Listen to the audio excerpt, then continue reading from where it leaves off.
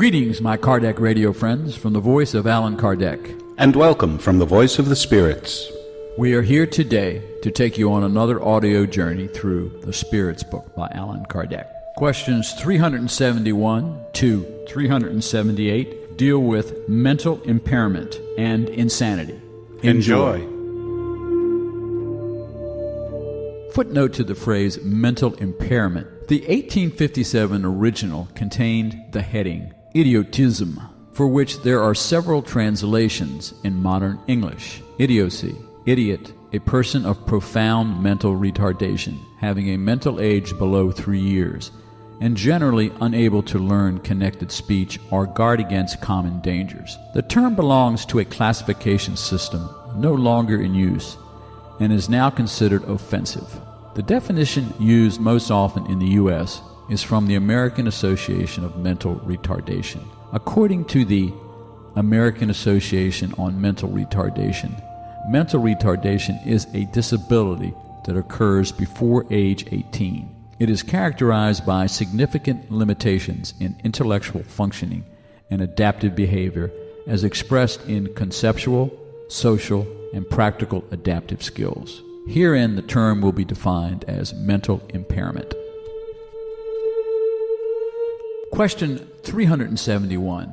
Is there any basis for the opinion that mentally impaired individuals have a soul of little evolved nature?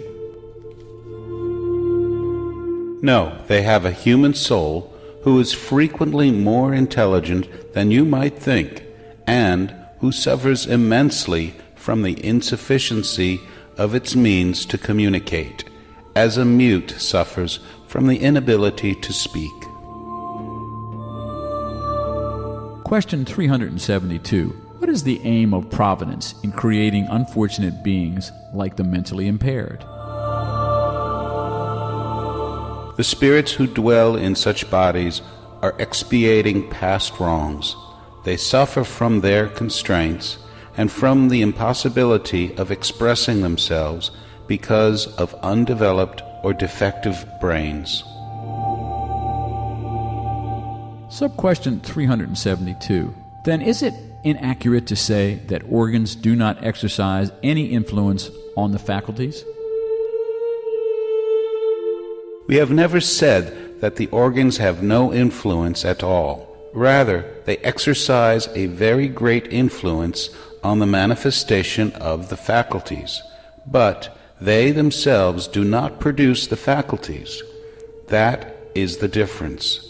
A good musician will not make good music with bad instrument, but that does not mean he or she is not a good musician.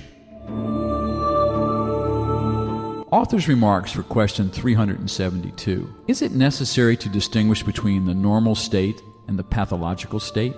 In the normal state, mental ability may overcome material obstacles. However, there are cases where matter offers so much resistance that the manifestations are hindered or distorted, as is the case with mental impairment and insanity. These are pathological cases, and in such states the soul is not in possession of its full reasoning ability, which is why human law exempts such persons from the responsibility for their acts. Question 373. What could possibly be the merit in the existence of beings who, like the mentally impaired, can do neither good nor evil and therefore cannot progress?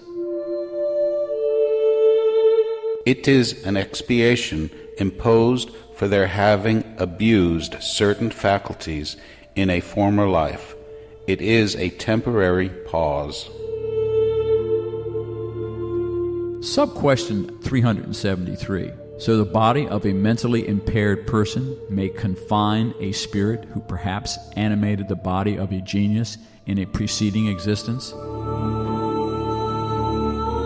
Yes, genius sometimes becomes a curse when it is abused. Author's remarks for question 373. Moral superiority does not always imply intellectual superiority, and the greatest geniuses may have much to expiate.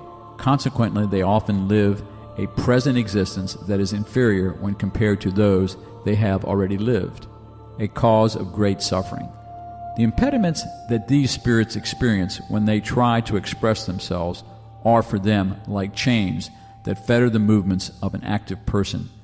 One could say that the mentally impaired are disabled in the brain, as others are disabled in their limbs or eyes. Question 374. In the spirit state, are the mentally impaired conscious of their mental state? Yes, quite often.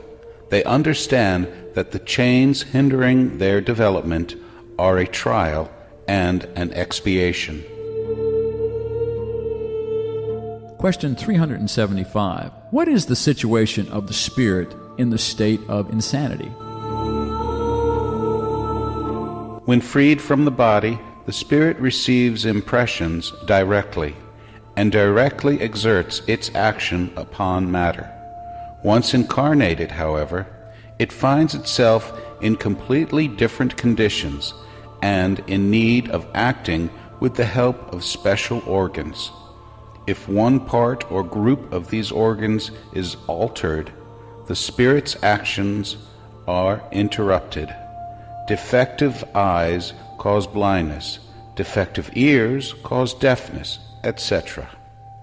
Now, imagine that the organ presiding over the manifestations of intelligence and will is partially or entirely damaged or modified, and you will easily understand that the use of such an incomplete or distorted organ will result in an affliction that the spirit is fully aware of, but whose course it is powerless to deter.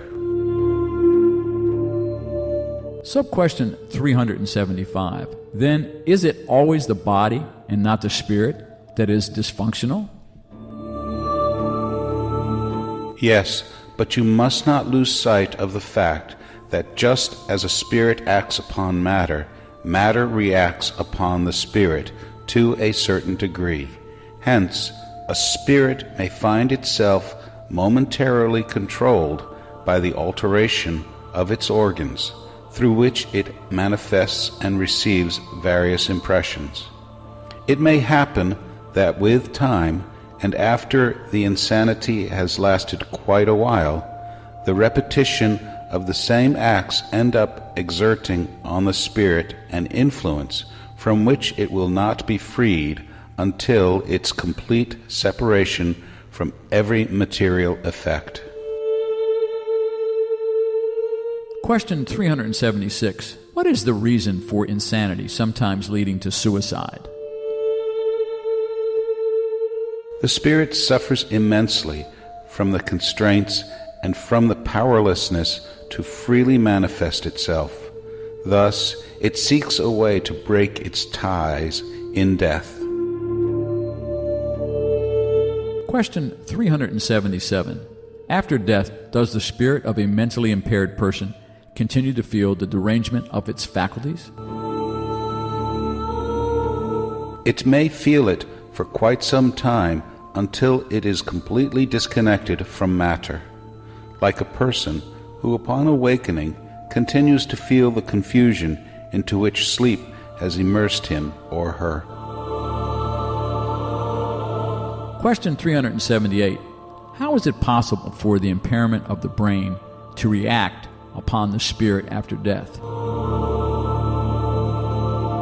It is a remembrance. A weight bears down upon the spirit, and since it is not aware of everything that took place during its insanity, it requires some time to be able to understand its current state. That is why the longer insanity lasts during life, the longer the affliction and the constraint will last after death. Disconnected from the body, the spirit continues to feel the impression of its bonds for some time thereafter.